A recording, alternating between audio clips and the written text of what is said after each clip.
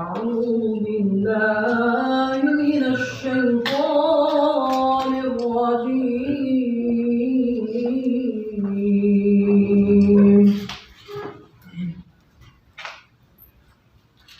بسم الله الرحمن الرحيم.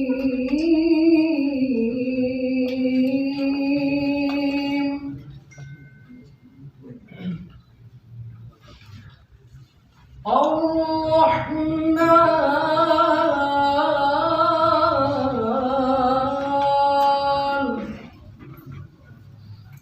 علم القرآن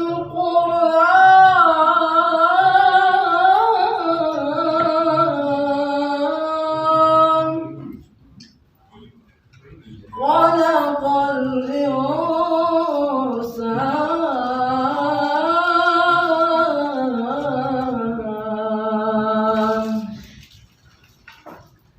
علمه البيان.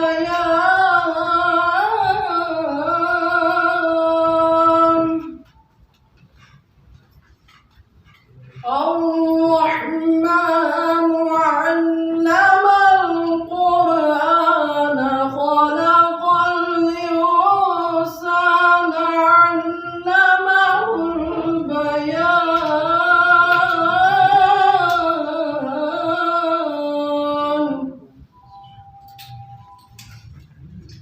الشمس والقمر بحسبان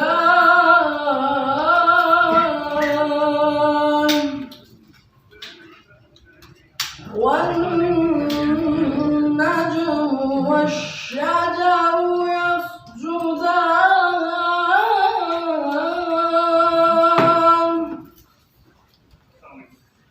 الشمس والقمر بحسبان والنجم والشجر يسجدان.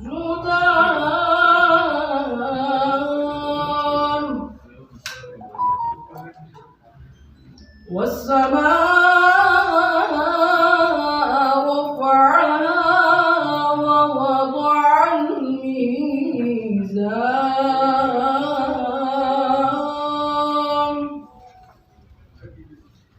ألا تطغوا في الميزان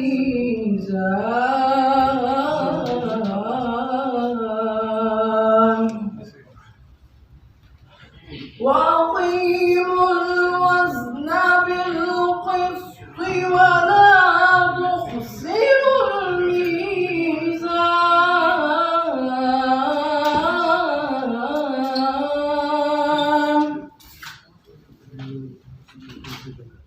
والأرض وضعها للأنام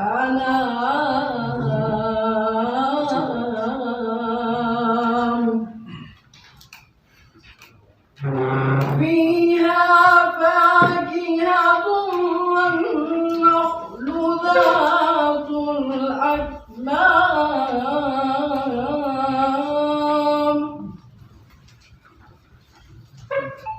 والحب ذو العصف والريحان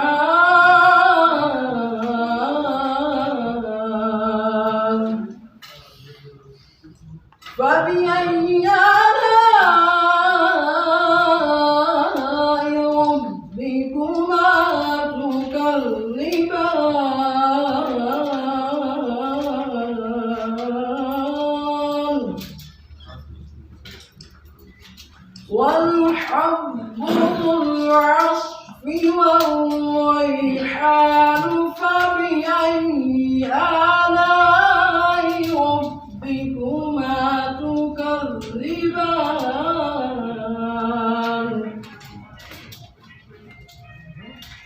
فبأي آلاء ربكما تكذبان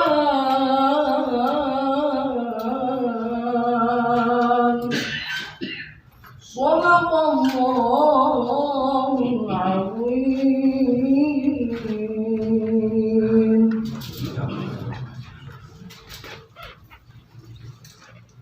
جزاک اللہ خیر، جزاک اللہ خیر محمد فیضان صاحب ہمارے دلوں کو قرآن مجید کی تلاوت سے منور کر رہے تھے.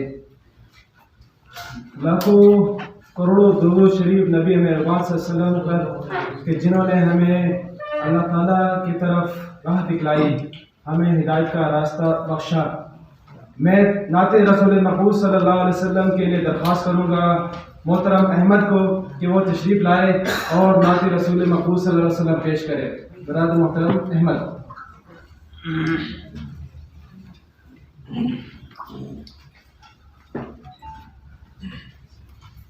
صلی اللہ علیہ یا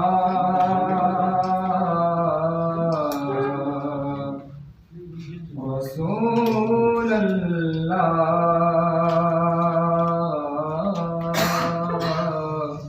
وسلم علیک یا حبیب اللہ. تو جو چاہے تو ابھی میل میرے دل کے دلے کہ خدا دل نہیں کرتا کبھی میلا تیرا، کہ خدا دل نہیں کرتا کبھی میلا تیرا. اور تیرے ٹکڑوں پہ پلے غیر کی ٹھوکر پہ نہ ڈال، جھڑکیاں کھائیں کہاں چھوڑ کے صدقہ تیرا. صلی اللہ علیہ یا رسول اللہ وسلم علیک یا حبیب اللہ.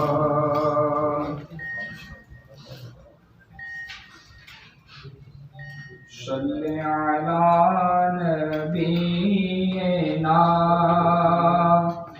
صلی علی محمد صلی علی نبینا صلی علی محمد. ہم بھی مدینے جائیں گے آج نہیں تو کل سہی، ہم بھی مدینے جائیں گے آج نہیں تو کل سہی. آقا ہمیں بلائیں گے آج نہیں تو کل سہی. کہیے صلی علی نبینا صلی علی محمد. وہ جو نہ تھے تو کچھ نہ تھا، وہ جو نہ ہو تو کچھ نہ ہو، وہ جو نہ تھے تو کچھ نہ تھا، وہ جو نہ ہو تو کچھ نہ ہو. جان ہے وہ جہان کی، جان ہے تو جہان ہے، جان ہے تو جہان کی جان ہے تو جہان ہے صلی علی نبینا صلی علی محمد اور جان ہے عشق مصطفیٰ روز فضو کرے خدا جان ہے عشق مصطفیٰ روز فضو کرے خدا جس کو ہو درد کا مزہ ناز دوا اٹھائے کیوں جس کو ہو درد کا مزہ ناز دوا اٹھائے کیوں خوف نہ رکھ رضا ذرا تو ہے عبد مصطفیٰ خوف نہ رکھ رضا ذرا تو ہے عبد مصطفیٰ تیرے لیے امان ہے تیرے لیے امان ہے تیرے لیے امان ہے تیرے لیے امان ہے صلی علی نبینا صلی علی محمد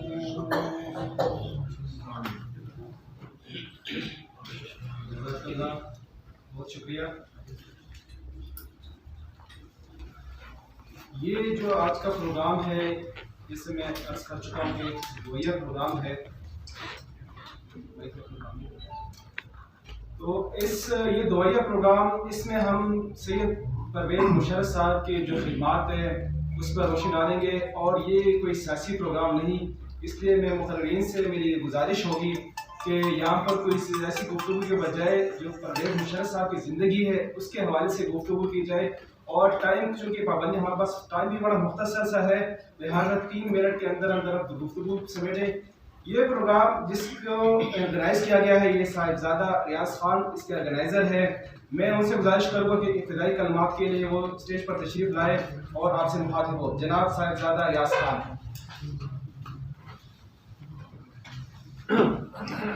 بسم اللہ الرحمن الرحیم. اسٹیج پہ میرے سینئر اور نیچے ہمارے دوست میڈیا آئے ہوئے ہیں میں سب کا شکر گزار ہوں. ہم نے اسپیشل یہ دعا کے لیے پروگرام منعقد کیا تھا. ہم جنرل مشرف صاحب کی یاد میں ایک دعا کا پروگرام ہے اور یہ اسپیشل بات کے حوالے سے بات ہوئی اور جیسے کہ ہمارے تیمور صاحب نے ذکر کیا یہ سیاسی کوئی اس پہ کوئی ذکر نہیں ہے اور نہ کوئی سوال جواب ہے. یہ اسپیشل دعا اور اس کی یاد کے لیے ہے. تو ہم مشغول ہیں پروگرام جاری رکھیں گے انشاءاللہ. شکریہ. بہت شکریہ ریاض خان صاحب کی جن کی کاوشوں اور کوششوں سے آج ہم یہاں پہ موجود ہیں اور سید پرویز مشرف صاحب کے یاد میں یہ پروگرام آرگنائز کر رہے ہیں. میں پریس جو یہاں پر کے لوگ ہیں میں ان کا بھی شکر گزار ہوں کہ وہ انہوں نے اپنا قیمتی وقت نکالا اور وہ یہاں پہ تشریف لائے. تو پروگرام کو آگے لے کر چلتے ہیں اور میں سب سے پہلے گزارش کروں گا اپنے پہلے مقرر کو کہ جو اسٹیج پر تشریف لائیں گے اور پرویز مشرف صاحب کے حوالے سے گفتگو کریں گے تو جناب میں محترم میڈم افشا عادل صاحب سے گزارش کروں گا ایڈوکیٹ ہائی کورٹ کہ وہ اسٹیج پر تشریف لائے اور پرویز مشرف صاحب کی زندگی کے حوالے سے جو ان کی خدمات تھی پاکستان کے لیے اس پہ روشنی ڈالے. جناب محترمہ میڈم افشا عادل صاحبہ.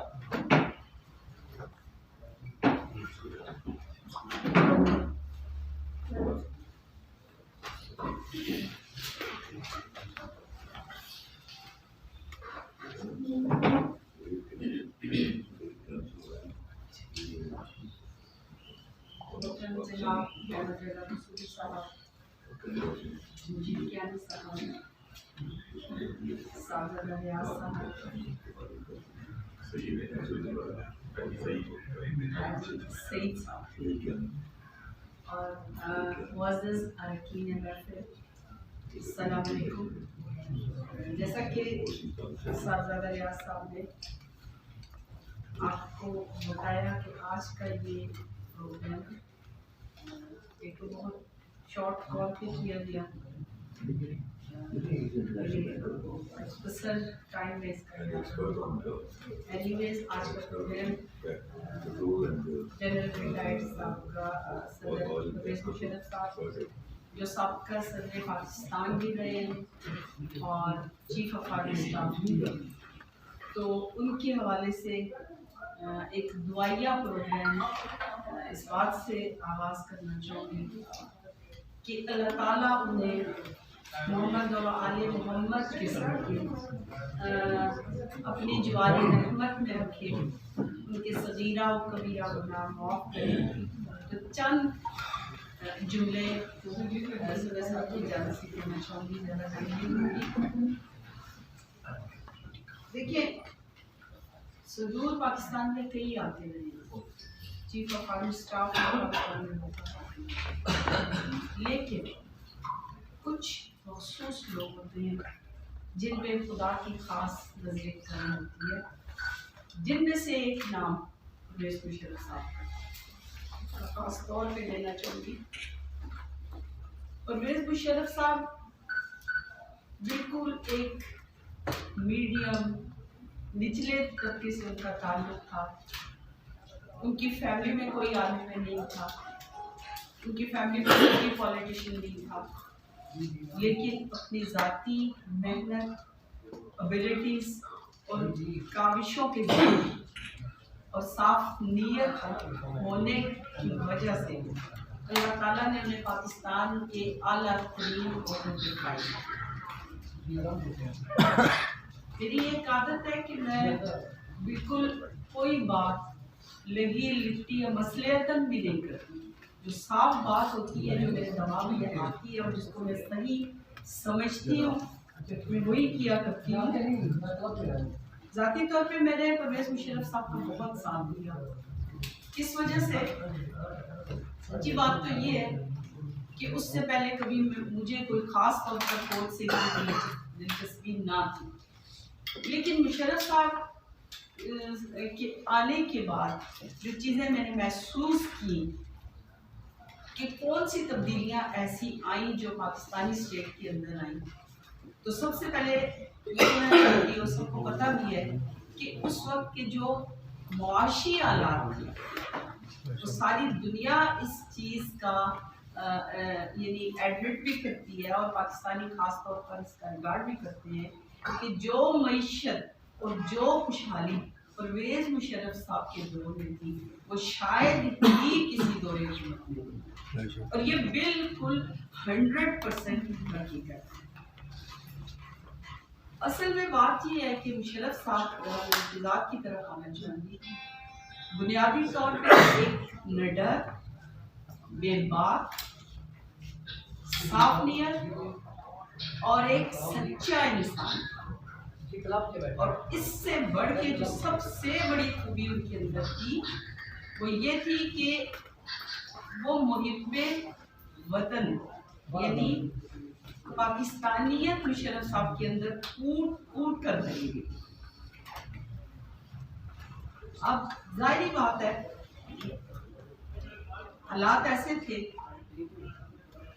کہ کہتے نا کہ چونکہ وردی تھی جسم پہ تو بہت کچھ سننا بھی پڑتا تھا، وہ بھی سنا گیا، لیکن اس حقیقت سے کوئی بھی انکار نہیں کر سکتا کہ میں نے اکثر ان کے مخالفین کے منہ سے بخدا یہ جملے سنے ہیں جو کہ ان کے مخالف ہوتے تھے، لیکن اپنی محفلوں میں بیٹھ کے وہ یہ کہا کرتے تھے کہ مشرف گدا بہت ٹھیک ہے، بہترین لیڈر ہے اور محب ہم آج وہ ہمیں موجود نہیں ہے، لیکن اگر وہ کچھ عرصہ اور زندہ ہے، لیکن شاید قدرت کو یہی منظور تھا. ان کی زندگی اتنی ہی تھی، لیکن جو زندگی انہوں نے گزاری ایک شیر کی طرح، ایک گیدڑ کی طرح نہیں گزاری. اس لیے میں آپ زیادہ ٹائم تو نہیں لینا چاہوں گی کیونکہ